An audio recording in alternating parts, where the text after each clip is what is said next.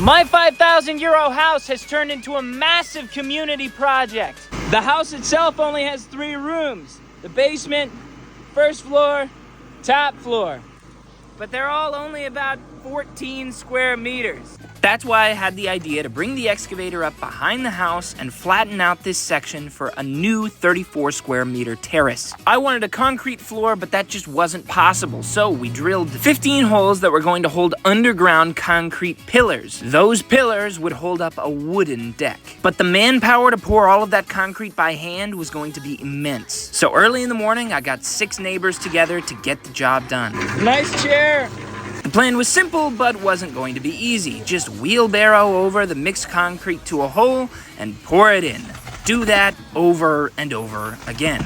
After 2 wheelbarrows of concrete, it still looks just as deep as before. Yeah, this is gonna take all day. Luckily, we developed a good system.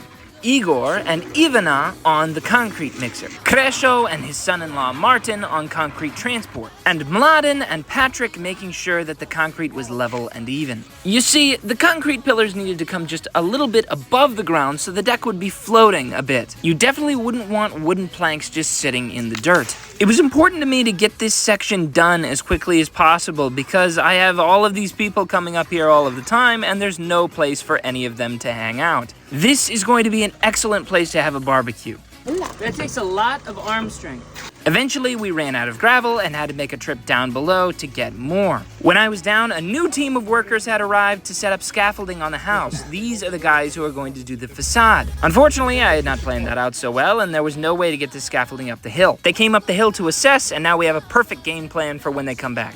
You'll be back. We got right back to work, and then disaster struck. The cement mixer broke. It has a bearing right in here, and it's toast. We need a new mixer. My neighbors told me not to worry and sent Ivana and I into town to go pick up food for everyone.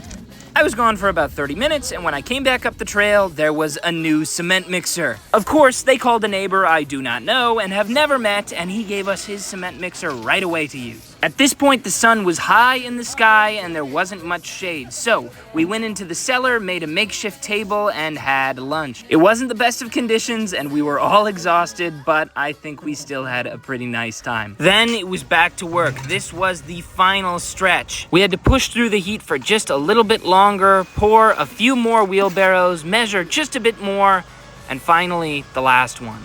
And they're all done. You can just imagine what it's going to look like when the wood is on top of them. I would do absolutely anything for these people. It's going to be epic. Follow this page to see what happens next.